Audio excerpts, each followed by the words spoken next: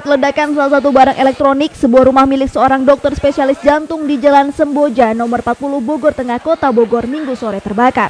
Meski tidak menghanguskan seluruh bangunan rumah, namun api yang cepat membesar melahap bagian plafon di lantai 2. Saksi mata menuturkan peristiwa terjadi sekira pukul 16.45. Warga yang mengetahui kejadian ini langsung berusaha membantu memadamkan api dengan peralatan seadanya. Sementara seorang penghuni rumah yang tengah sakit terpaksa dilarikan ke RSUD Kota Bogor karena mengalami luka bakar di bagian muka dan lengan.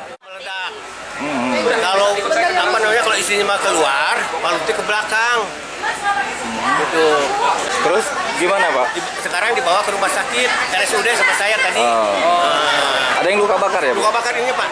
Muka sama sini. Oh. Kelihatannya gimana, Pak? Parah? Parah, Pak. Oh gitu. Sekarang dibawa ke RSUD? RSUD sama istrinya, ada istrinya Dr. Irawati. Iya. Penanganan kebakaran ini, api belum bisa dipastikan berasal dari apa.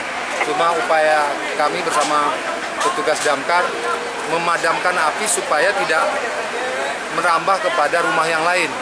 Ya, adapun korban sedang dibawa ke rumah sakit karena ada luka bakar pada lengannya. Ya, hanya itu barangkali bisa diinformasikan. Yang jelas api sudah bisa dipadamkan. Api baru bisa dipadamkan 1 jam kemudian setelah 6 unit pemadam kebakaran didatangkan ke lokasi kejadian. Tidak ada korban jiwa dari kejadian ini. Dari Kota Bogor, Herman Bons melaporkan untuk DMIK.